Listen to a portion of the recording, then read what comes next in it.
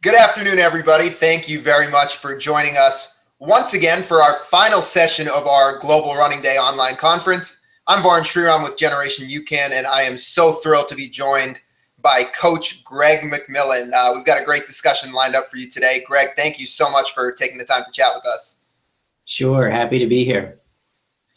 So today what we're going to talk about to wrap up this Global Running Day conference is how to avoid the nutrition wall. It's a topic that marathoners and distance runners and a lot of endurance athletes face. And Greg, it's something that you have a lot of valuable insight on, and something that a lot of the runners that you've coached with have faced as well. So I know it's a topic near and dear to your heart. I'm excited to explore it with you here over the next 45 minutes or so. But before we dive into the meat of our discussion, given that it is Global Running Day today, Greg, wanted to start out by asking you, what brought you into the sport of running?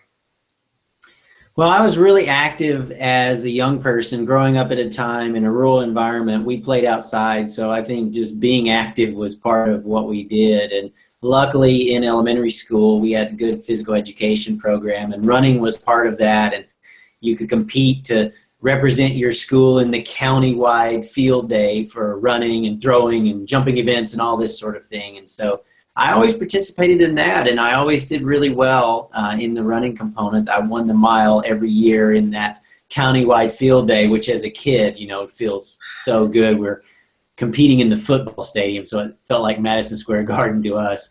And then just, really fell in love with it in high school and was state champion in high school, and then ran collegiately and then post-collegiately. And I've just never stopped. I've tried a few times, but I think it's just, you become a runner, and it just means so much to you, and it changes your life. It makes you, I always say, I'm just a much better person to be around when I've got my runs in. I think most of us use it, not just for the health aspect, but just it makes you feel better. It makes your day go better. And man, it's been great. I've been running now for 35, 40 years and love it.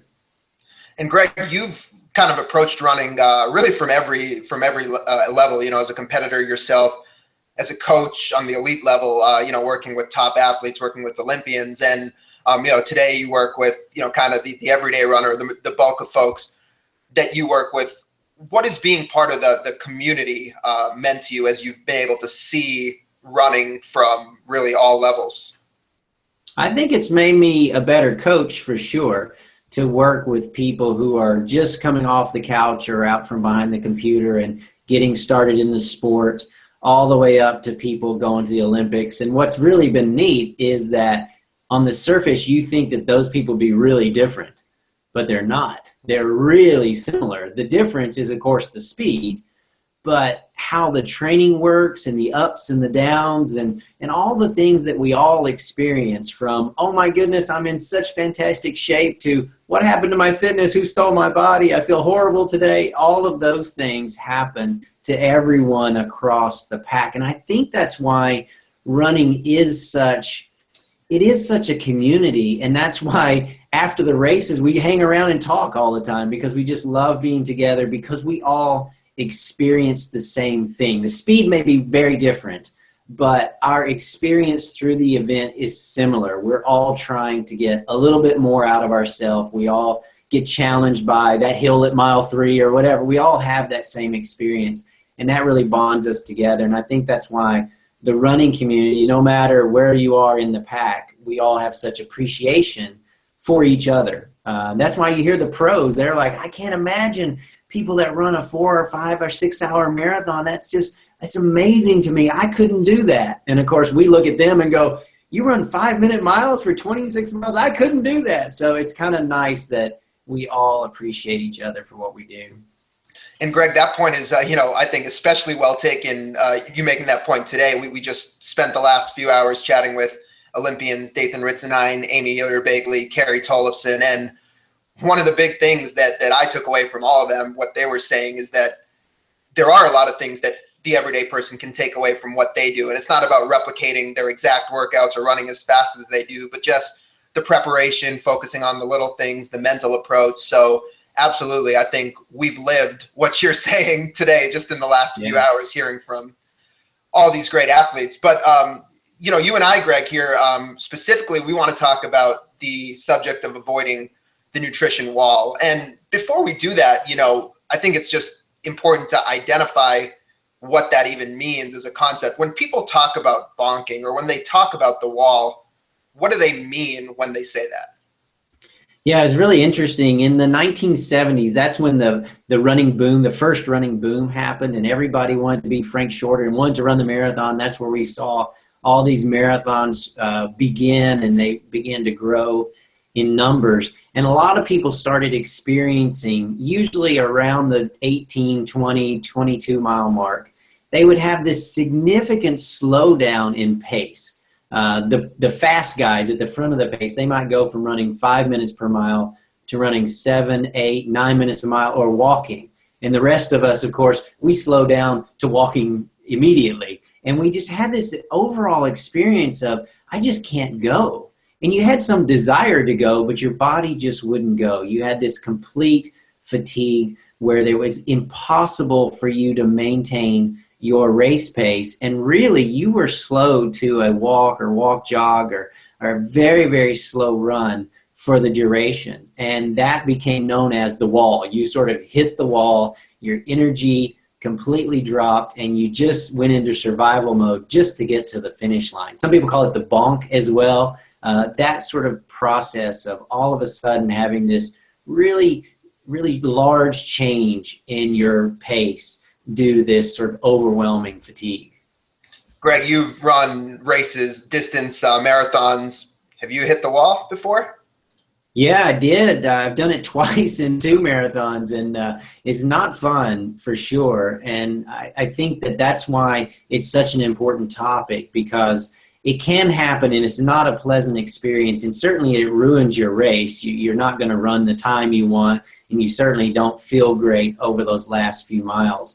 But we've learned a lot over the last 30 or 40 years about the wall, about the bonk. And like you say, I come to the sport from several different viewpoints. One is as a runner, obviously starting very young, even winning the National Trail Marathon Championship as a master's runner when I turned 40. But also as an exercise physiologist, I have a master's degree in physiology. So I liked looking at, why is this happening? What's going on in the body to cause this sort of wall or bonk or this fatigue?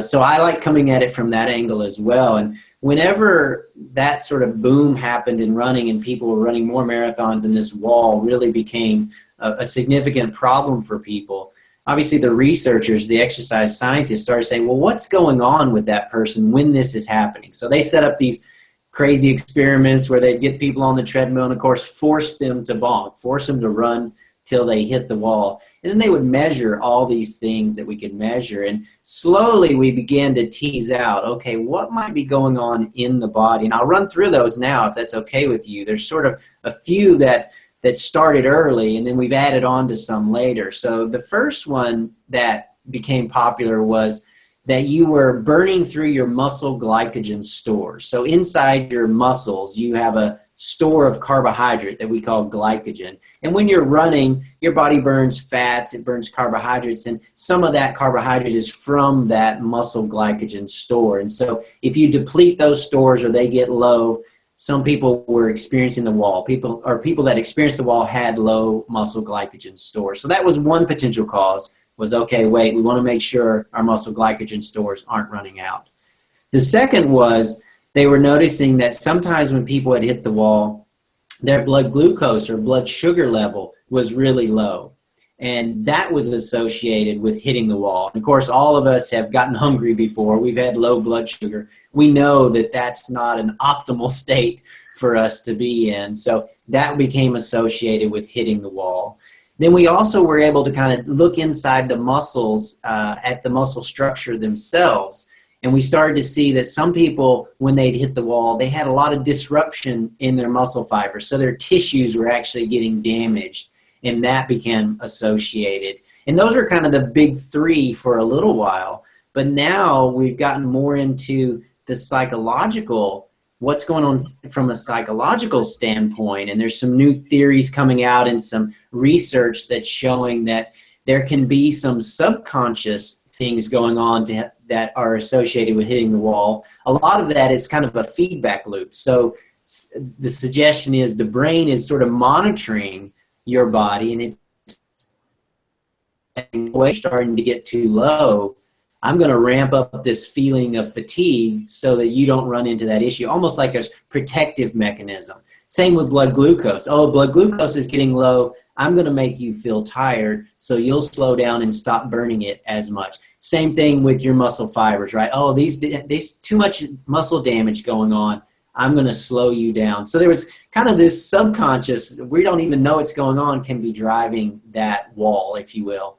And now there's also some new research talking about there's even a conscious part of it, where if you're running a little too fast and you're hearing splits that you're not used to hearing, that can cause some disruption in your brain. And you go from like, your brain starts to get worried that maybe you shouldn't be running this fast. And that can trigger that experience of the wall. Or like the fast guys, sometimes if they're running with somebody who's like 2 levels above them, even though it might be a great day for them, they look over and they go, well, I'm not supposed to be running with that person. They're way faster than I am.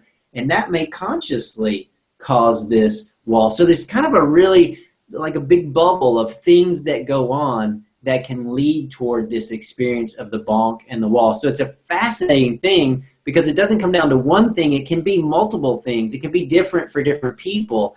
But as a runner, and if you're going into an event like a marathon, you want to cover your bases with all these things. You want to make sure you look at all of those factors and say, okay, what can I do to make sure from a training standpoint and the race itself that I'm not triggering any of those things that can cause that wall or that bonk?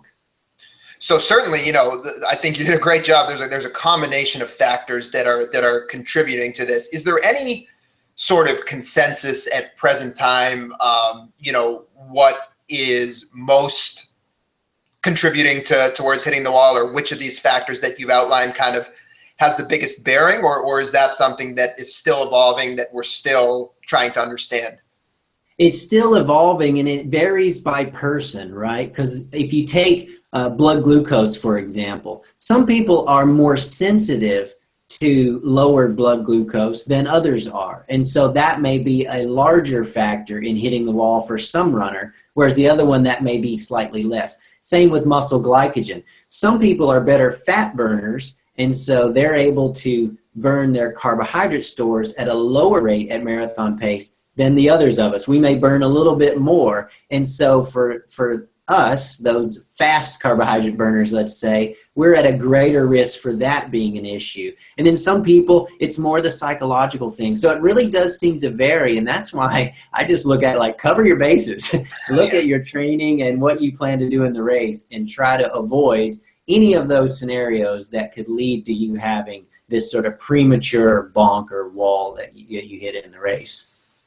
When you were coming up, as an exercise physiology student, was there a different understanding at that time of what were the contributing factors to a wall? And would you say maybe what your initial understanding of what caused hitting the wall, has that evolved? Like even for you personally, has that evolved over the years from what you may have been schooled on? Sure. When I was in school, of course, this was at the time when it was just getting started, and that's when it really was, most of the talk was about muscle glycogen. And so it was about, you're burning through your muscle glycogen, so you need to build up those stores. And that's where carbo loading really gained traction with people trying to really build up those stores so they were maximized, because the thought was, well, that's the problem. That's why you're hitting the wall, is your carbohydrate stores are not full enough, and thus you're kind of burning through them. So that was the main thrust of it. The problem with that was that when you really looked at the research on when people had hit the wall, some people still had fine muscle glycogen stores. It was their blood glucose that was low. So it was a different factor for different people. So it's kind of evolved over time that at first it was, well, just build up your muscle glycogen stores and carbo load and you'll be fine for the race. And then it kind of evolved into, well, that's not the full picture. You also want to make sure you maintain your blood glucose. Oh, and you also better make sure in your training, you do proper training to condition your leg muscles so that they can tolerate 26.2 miles of running at your goal pace. So that kind of changed the training thought, was like, well, you've actually got to do a little bit of specialized training to get ready for that. those were kind of the things that evolved probably in the first 10 or 15 years that I was involved in getting degrees and that sort of thing, of like how you really addressed hitting the wall. And now much later, we've gotten into more of the psychological part, but those were the initial things for most people. And one of the interesting things that you kind of just touched on is that I don't know that there's a clear definition or way to tell somebody like you hit the wall or you simply weren't trained enough, but there is a difference, right? So I think maybe a fallacy that people might kind of have is that every time you're fatigued, you hit the wall. But if you aren't trained to do a given event, that's not really the same as hitting the wall. Is that an accurate way to look at it? Or how do you distinguish between like muscular fatigue versus hitting the wall?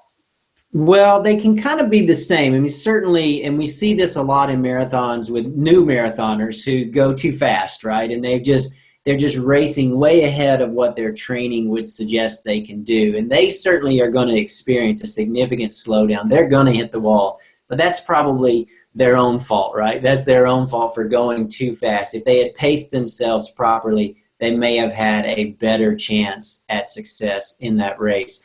But there's certainly the idea that if you train smart and you've got a good race plan, you should be able to avoid the wall using some good training strategies and then some good strategies during the race.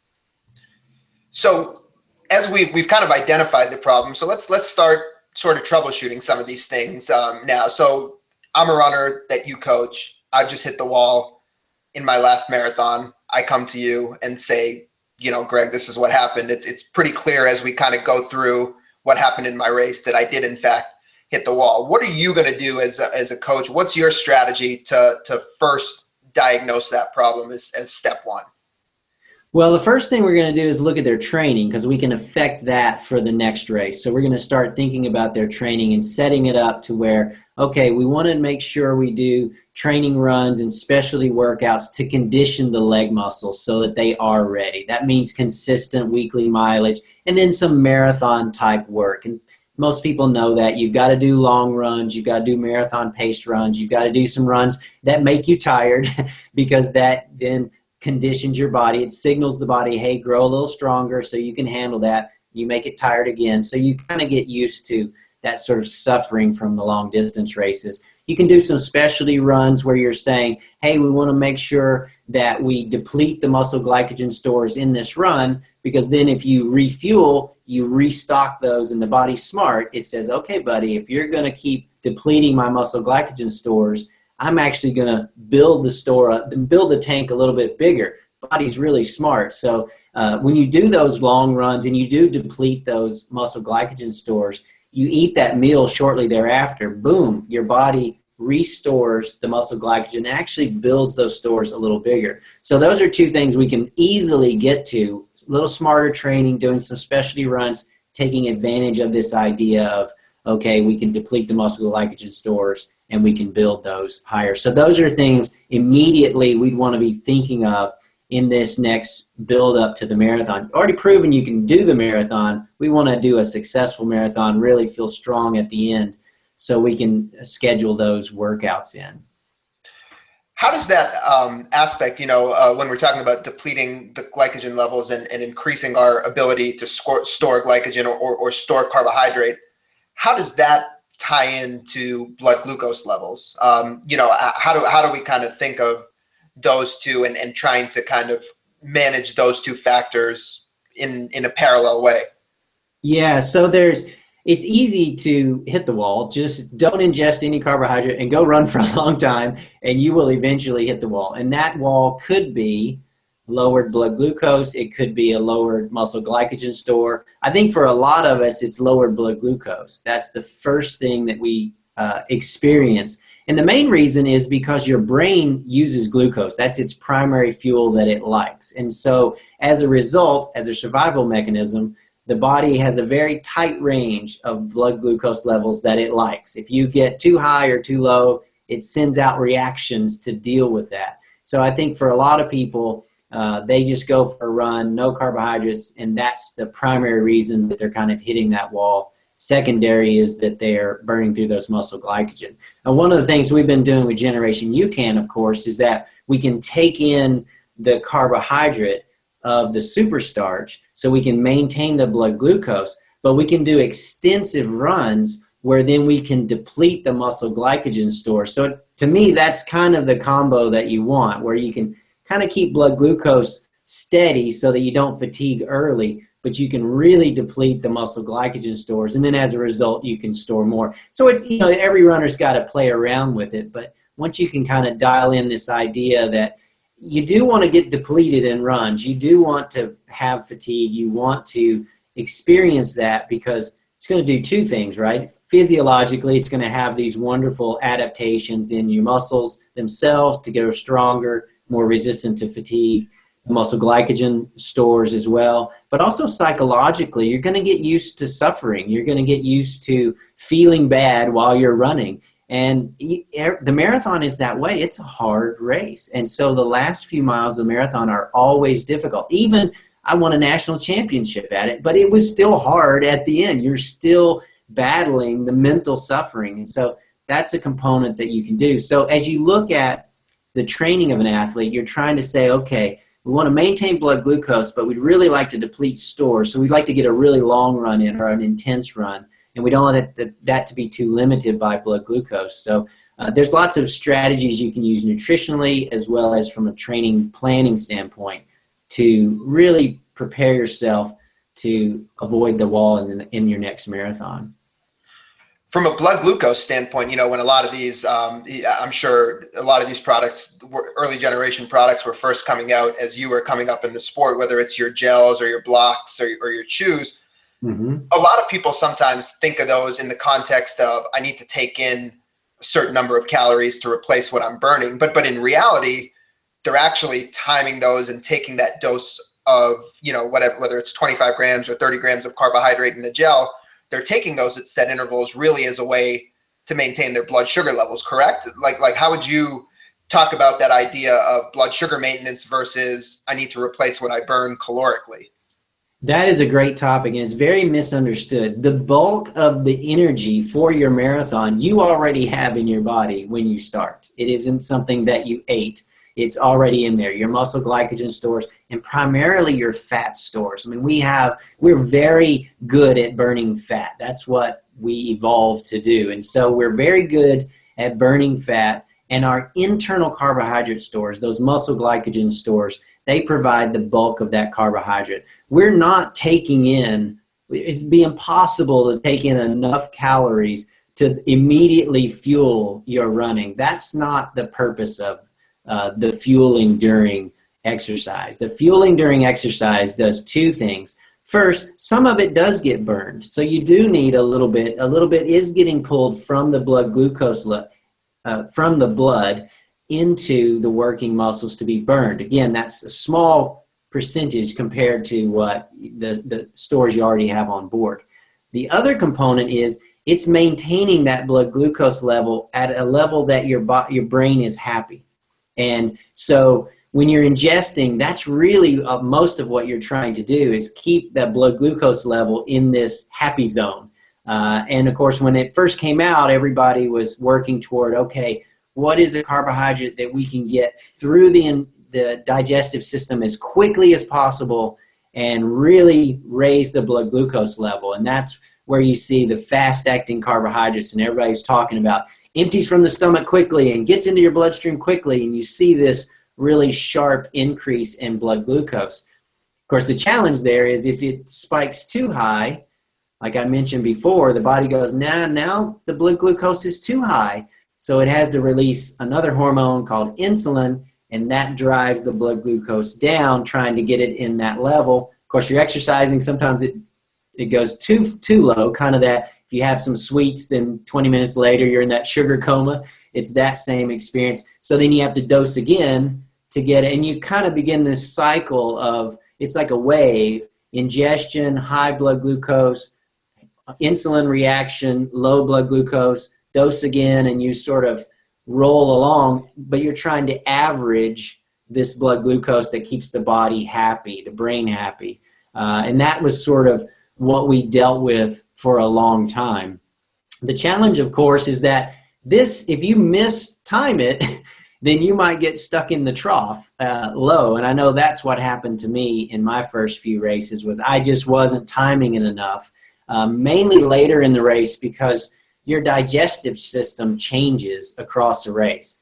That drink or gel or block or whatever you have that is so delicious at mile 5 will make you want to vomit at mile 20. And that's when you need it, is at that time. So what we see, of course, is people begin to fuel less and less because they can't stomach it. Some people even throwing up when they take in the volume that they know they should and they were taking in earlier in the race, because you're dehydrated, your gut is dehydrated, blood is being shunted away from the gut to the working muscles. It's not the same environment as at the start of the race. So that's why this became real tricky, and that's why I really got interested in Generation UCAN, because I was going, wow, we really need something that stabilizes blood glucose. We know that. We've got to provide carbohydrate to stabilize blood glucose. We've got to have some of that to be used for the working muscles, but mostly we've got to stabilize it so the brain stays happy. But we also want to avoid this trying to dump in so much fast-acting carbohydrate when your gut just can't tolerate it. And some people have an iron stomach. They can do it. They'll eat like a peanut butter and jelly sandwich at mile 20, and they're fine. But most of us that have experienced the wall, a lot of times we just couldn't stomach any more of the sports drink or the gel or the block. And so we began to, not hydrate enough. And that's why I think Generation UCAN is interesting, in that its promise is, okay, you can have this steady level, but it'll be easier on your gut because you're not slamming it with this very frequent dosing of fat.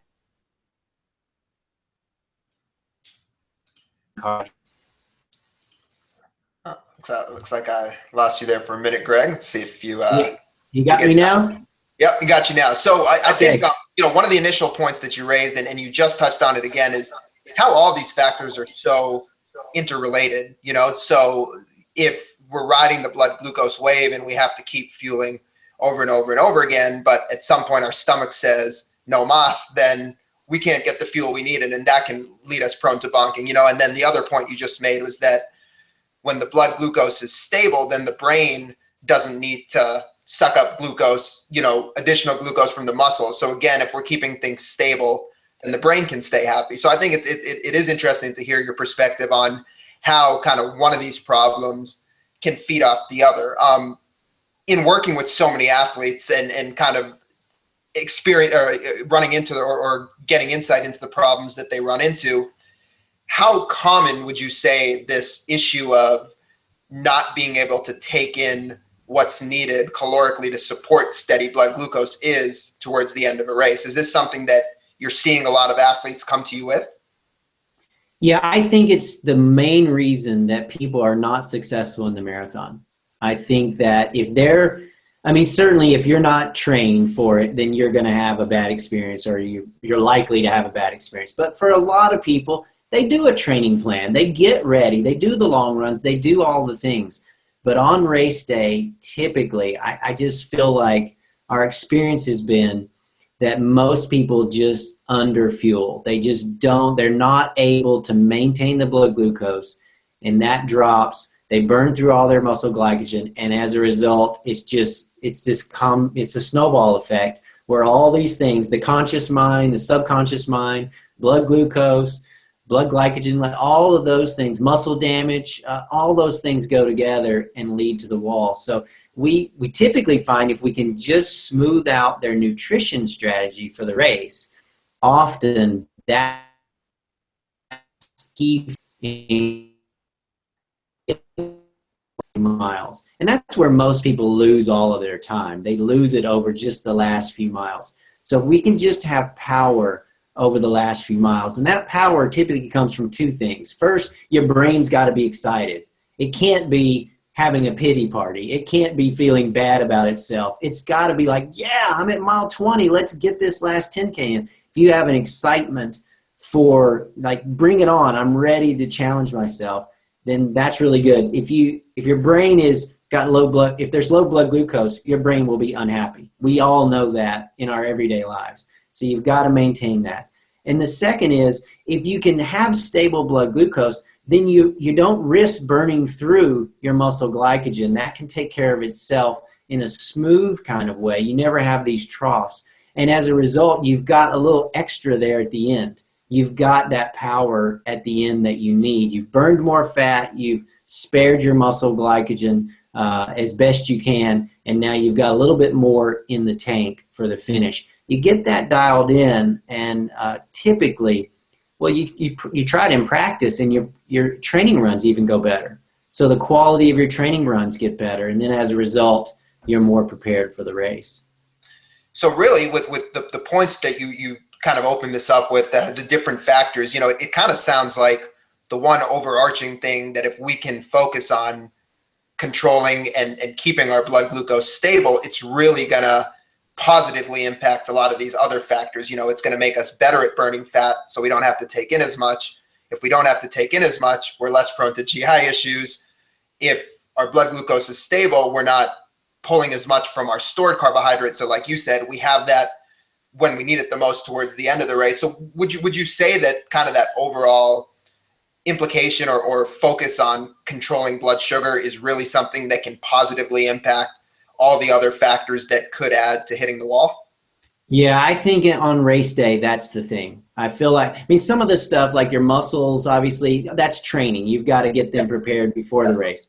But during the race, I feel like if you've done everything right, if you can just maintain your blood glucose level, then that's kind of been the secret of late. As we've been really working on getting a nutrition strategy for people that is very simple, it's not complicated, it respects your gut, it respects your stomach, it respects that the tummy's going to be different at mile 20 than at mile 2, and is really simple, but yet maintains blood glucose. That sets the athlete up to really have that mental energy and physical energy at the end of the race. You do it right, and it can happen, and you see it. If you sit at enough finish lines like I do, you see the people, and you're like, wow, that person really nailed it today. You can see they just have so much power over the finishing stretch, and boy, they really dialed it in.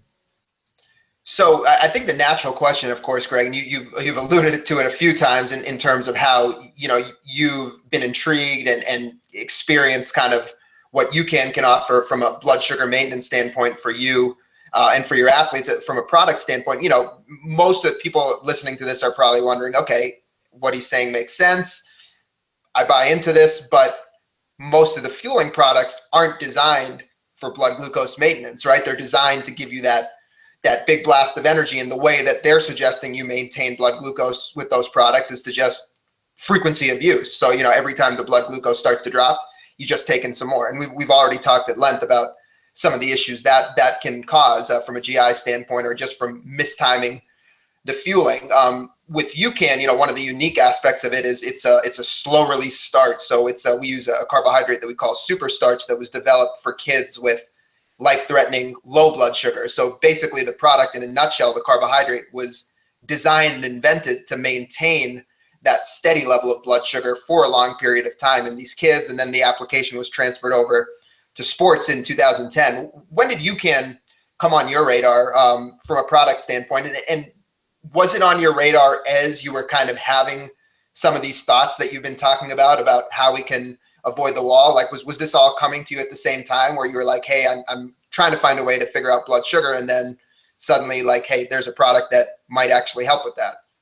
Yeah, I think I can't remember what number marathon I was on, but I was, just like everybody, I was experimenting with everything to try to figure out what's the rhythm that can help me. And I really felt susceptible to the spike and the crash. Maybe it's just my physiology or my psychology, but I just felt really susceptible to that. And so I love the idea. So when I heard about it, I immediately got some, and I thought, okay, here's the promise that you can have stable blood glucose. You don't have to do all this dosing of carbohydrate. You still got to hydrate, of course, across the race. You've still got to stay hydrated, but you wouldn't have to take in sort of sugary tasting things all the time through the race. And for me, that was really helpful because it meant that my nutrition strategy, instead of me worrying about, oh, did I miss it by a minute or two? Or, oh, I'm feeling really down now, I must have waited too long. Or I didn't have to worry about that. I could, the dosing is spread out so much farther that you just don't have to have the constant worry. It's also nice just to kind of go right through those aid stations and not have the traffic jam. So that's really how I became aware of the product and got some and began to experiment with myself to find that, okay, I like this a little bit better. I feel like now, number one, it's less complicated on race day. And number two, I'm not experienced sort of the spike in the crash. I do feel more steady. And in the marathon, steady's everything, right? You want steady pace. You want to really dial it in. Everything's relaxed. You're not getting out of your comfort zone from mile to mile. You're sort of controlling everything so you can put all your energy into those last few miles. So for me, that was it. From the physiologist in me, I thought, okay, this makes sense. I'm maintaining blood glucose. Hopefully I've done the right training to get my muscle glycogen stores full and prepared my mind and my body to handle the marathon.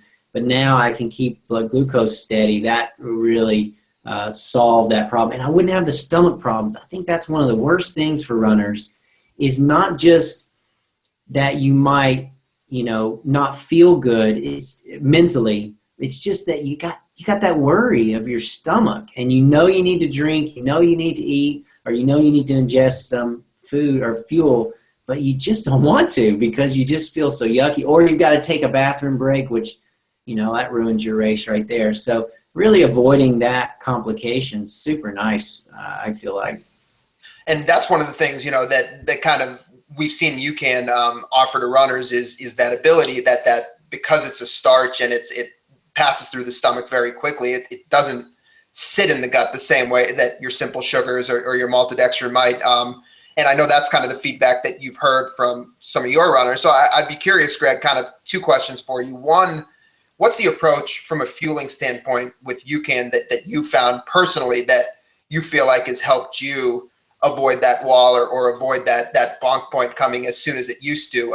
Let's start there, and then I'll ask you something similar kind of about what success your runners have been seeing. Yeah, so I like to use it where I'll ingest a pouch or a scoop about 30 minutes before the run. So just mixing it into 8 or 10 ounces of water and shaking it up, kind of like a shake, like a pre-run shake. Have that. And then at hour intervals, having another dose. So I always carry fuel with me. And so just have a bottle that's made up of, again, another scoop or a pouch or pack in 8 ounces of water. It doesn't have to be a huge amount of fluid, and you just take that every hour, and that seems to just keep you steady and it digests really well. And the rest of the time you're just drinking your water or your water and electrolytes, so usually drinking that on a 15 or 20 minute schedule. So I guess if you get real detailed, it'd be ingesting some fluid, some UCAN before, not in a ton of fluid because I don't want to have to go to the bathroom. And then every 15 to 20 minutes having water and electrolytes. And then every hour ingesting another serving, if you will, of UCAN.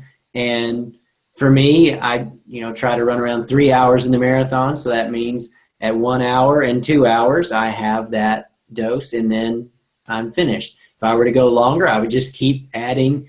Our ultra people seemed like they just keep adding every hour. They'll dose.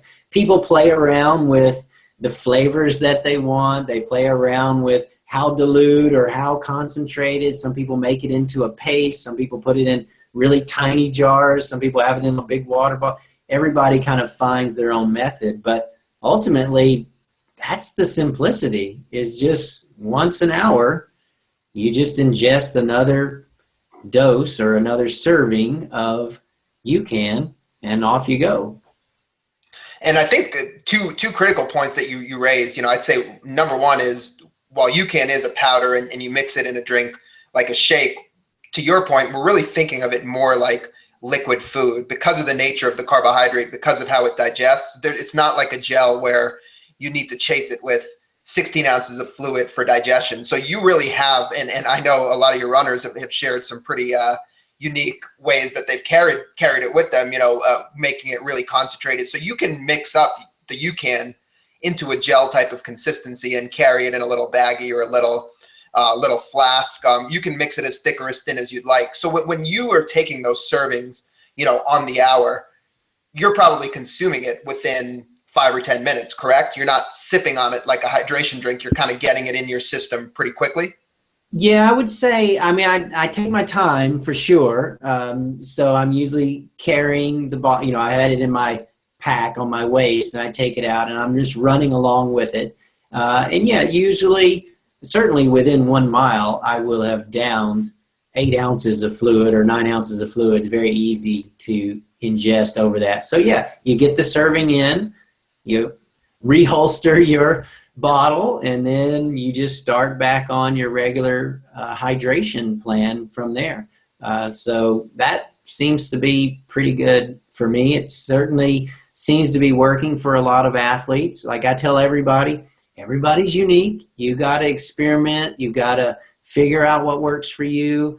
But if you're kind of like me and you kept trying a lot of the traditional fueling methods and feeling like, wow, I'm not having smooth energy, I'm having these sort of crashes and my gut is very unhappy, then I think moving toward, really, I like when you said liquid food, or just like that's what we're going for, is this idea that, wow, we don't really need to crush our gut with this spike. And wouldn't it be nice just to take in a serving, run for an hour, take in a serving, run for an hour, and that really simplifies race day for me.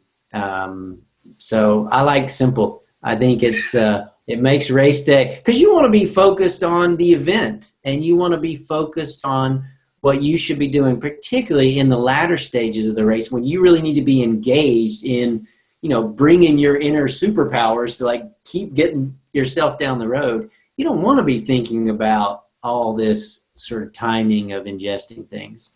And that's where what's interesting is I think it kind of goes hand in hand. I mean, there's the aspect that you're talking about where there's simply less to think about because the strategy is simple. And then there's more of the scientific end of it that you were talking about earlier, where if we're using a fueling pattern that's designed to keep our blood glucose steady for a consistent period of time, then that, based on how we know our brain works and our brain's need for glucose, that's also going to help us from a cognition standpoint, or, just mentally help us be more locked in and not kind of have that brain fog. I mean, is that something that you've noticed yourself, or have you gotten any feedback from runners that have kind of been using this UCAN fueling approach that mentally they just feel better? I don't know if you've ever heard specific feedback on that. Well, yeah, I certainly, like I said, I was very susceptible to the crash. Again, maybe it's my physiology, but if I dump a bunch of sugar, then I'm really susceptible to, my body must respond quickly with insulin and say, get that blood glucose lower, because I definitely feel that.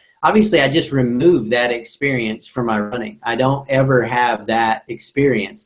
Now, if I didn't ingest the UCAN, then certainly I would have the experience of fatigue. I would eventually get fatigued if I didn't take in any more, but it wouldn't be the like sugar low, which I think people have experienced, sort of a sugar low versus just a fatigue, I'm running out of energy mode.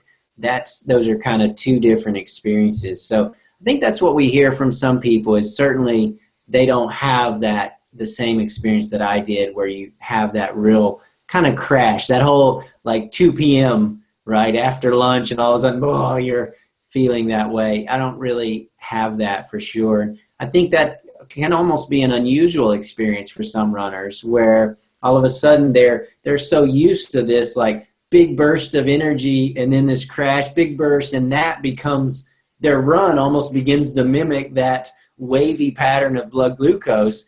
And then suddenly they don't have that. They just sort of feel okay the whole time. And that's kind of what you want in this race, in your racing, so that, you don't have to deal with all those complications. And I think that's so interesting. When I describe it to people and say, what am I going to feel? It's exactly what you said. It's almost that you feel nothing. And in this case, feeling nothing is good. You don't want to ride that wave. You just want to feel consistent. Yeah, right. Greg, this has been fantastic. It's been great to get your insight on this. I'll kind of leave you with the last word. If there's a couple takeaway points that you want people to really, really remember in terms of the overall topic, avoiding the wall, what would you say it's important that people leave this session with kind of sticking in their mind? Well, I would say number one, you can do it. We've got plenty of people that have figured it out, so it can be figured out for sure. We think we have pretty good insight onto what's going on. Those 5 factors that I mentioned: the low blood glucose, the muscle glycogen stores, the muscle damage, the subconscious and the conscious. So you can address all of those pretty easily. And that should be some of the focus of your next training cycle, should be making sure you're covering all those bases. And then experiment in some of your long runs and certainly your preparatory, like rehearsal runs for the marathon with the nutrition strategy. Try to get it as simple as possible so that you maintain blood glucose and you feel good. You have power across the duration that you need to have power. And then you can just carry that nutrition strategy into race day and feel very confident that you won't experience the wall or the bonk. Well, Greg, I know there's a lot of people on here that are definitely finding your insight valuable, and I think one of the great things, you always have a way to simplify this stuff. Some of these concepts can be overwhelming, or it's just kind of information overload for some people. They're getting hit with so much, but I think the way you've described it, it's pretty crystal clear. If this isn't the only thing that you talk about, you have a variety of different training tactics and training plans. What's the best way for folks who want to get more of the McMillan way to get involved with you guys? Yeah, so the website is McMillanRunning.com. You can just Google that and it'll come up. That's where the McMillan Running Calculator is. A lot of people use that. It tells you your exact training paces for each and every run that you do. It also predicts your race performances, tells you what you can run now, tells you what you can run when you get into your goal race shape. So you can go to McMillanRunning.com and see all of that. We've just launched our new run club. That's where we offer training plans and coaching advice. We've got an online training community. We just launched our BQ training plans. So for those athletes that are looking at the late summer and fall to try to get their Boston qualifier, we've got all those plans loaded into our run club. We've got a big group that's going to be training virtually together, getting ready to get their BQ. And then, of course, we always have a big group at Boston because we've qualified so many people for the race. So it's always fun to help people accomplish those goals, like breaking some time barrier or qualifying for Boston or whatever their goals are. That's really what we're set up to do. And all of that you can find on McMillanRunning.com. And, Greg, I've seen the senior groups in Boston and in Chicago. I'll just tell folks, it's a terrific group, a really, really energetic bunch of folks, and all the coaches that Greg works with, they're terrific as well. I've gotten to know them a little bit too. So Greg, I just want to really thank you for the insight. It's been a fun day. You were batting cleanup for us today, and rounded this out with a really nice session. But for everybody that tuned in, either for Greg or for Carrie and Kathy talking about tips for women runners, Pete Ray and Ryan from Zap Fitness talking about the mental side of running, or Dathan Ritzenhein and Amy Bagley, 2 Olympians, talking about how they train. I hope you found something valuable for you today, and all of these sessions will be emailed out to you here in the next couple hours. And if you are interested in what Greg's doing and finding out more about McMillan Running and the Run Club, there will be some more info in there for you as well. So just a big thanks to everybody who made Global Running Day so special and so valuable for us today. And Greg, ultimately, a big, big thanks to you. I really appreciate you being part of this today. It was my honor. Thanks for it. Thank you, everybody. For those of you who haven't gotten your run in yet, like me, we'll be heading out the door immediately after this. For everyone else, I hope you enjoyed and are still enjoying Global Running Day. Hope you'll join us next time. Thank you so much.